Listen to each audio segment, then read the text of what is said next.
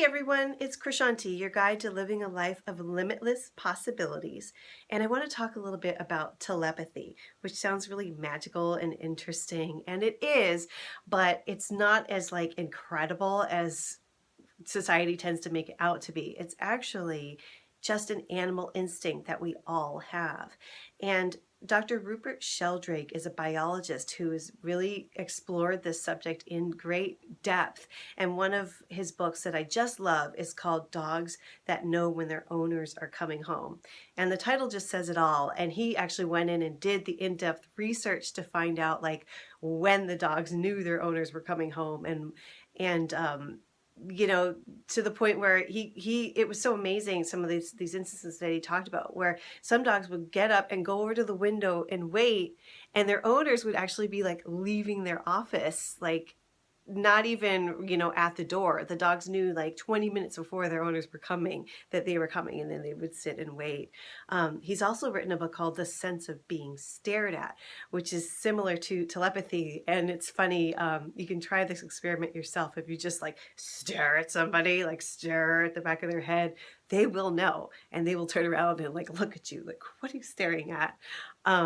So telepathy is really just an instinct. And if you want to practice being more telepathic and picking up on thoughts that people are sending you and things like that, all you have to do is just pay attention to it. And I know it sounds so simple, but what I'm trying to say is the more that you validate it and you acknowledge when you get telepathic messages and thoughts, the more they will come through. It's not so hard to become telepathic because it is such a natural sense that we're all hardwired with.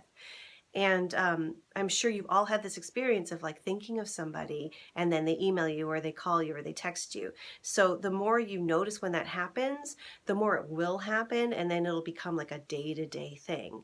And then from there you can practice, just if you want to, opening up your sensitivities to seeing what people are feeling and how they're not so much thinking. And I don't want you to get into all that because that opens up a weird doorway to mind reading and stuff. And I just don't know if that's all that cool to invade somebody's privacy like that.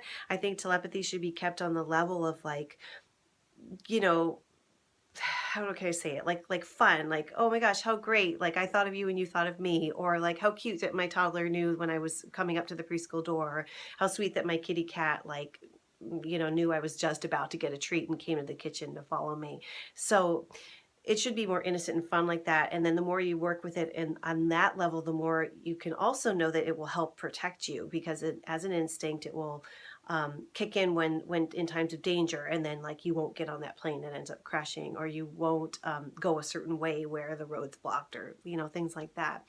So it is magical in a way because we don't use it so much, and the more you use it, the more it will unfold, and then the more fun it will be. So for more info about all of this world of intuition and telepathy and intuitive development and clairvoyance and everything else, check out my website at krishanti.com. And thank you so much. Bye.